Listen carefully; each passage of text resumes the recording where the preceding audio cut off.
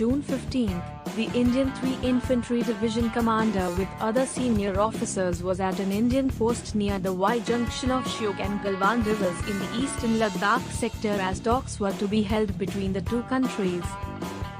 The Indian security forces including the 16th Bihar Regiment were asked to ensure that the post was removed by the Chinese, after which a small patrol was sent to convey the message.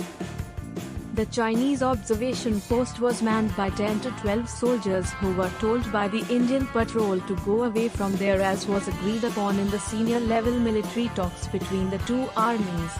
The Chinese refused to do so even as the Indian patrol returned to their unit to inform them about the development. This was when the Indian troops, with around 50 people and 16 Bihar commanding officer Colonel Santosh Babu in the lead, went on to tell the Chinese to go back further in their territory as they were on Indian soil. Meanwhile, by the time the first Indian patrol returned from the site, the Chinese had called for reinforcements from their rear positions in the Galwan River Valley, who came with around 300 to 350 people. As the Indian patrol reached, the sources said, the Chinese had already built up troops on higher ground around the observation post and kept the stones and weapons ready for launching an attack on the Indian troops. As the two sides started talking, the discussion turned into a heated one and the Indian side started uprooting their tents and equipment. The Chinese, who had already prepared themselves for aggression against Indian troops, attacked the Indian side, in which their first attack was on the 16th Bihar CO and Havildar Palni.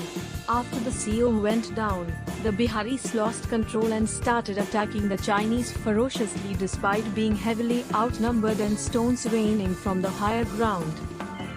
The fight went on for over 3 hours till late in the night, in which several Chinese troops were either dead or injured seriously. Next morning, when the situation calmed down relatively, the dead bodies of the Chinese troops were lying in the open and was handed over to them by Indian troops, sources said. A total of around 100 troops took part in the operations from the Indian side, while the Chinese had over 350 people on the location. However, the Bihari troops had managed to uproot the Chinese position there at the patrolling point 14. Soon after the incident, the Chinese reinforced their positions near that location and have their offensive forces ready in the rear locations. Sources said that even though outnumbered, the Biharis managed to remove the Chinese post which was existing there in violation of the agreements between the two sides.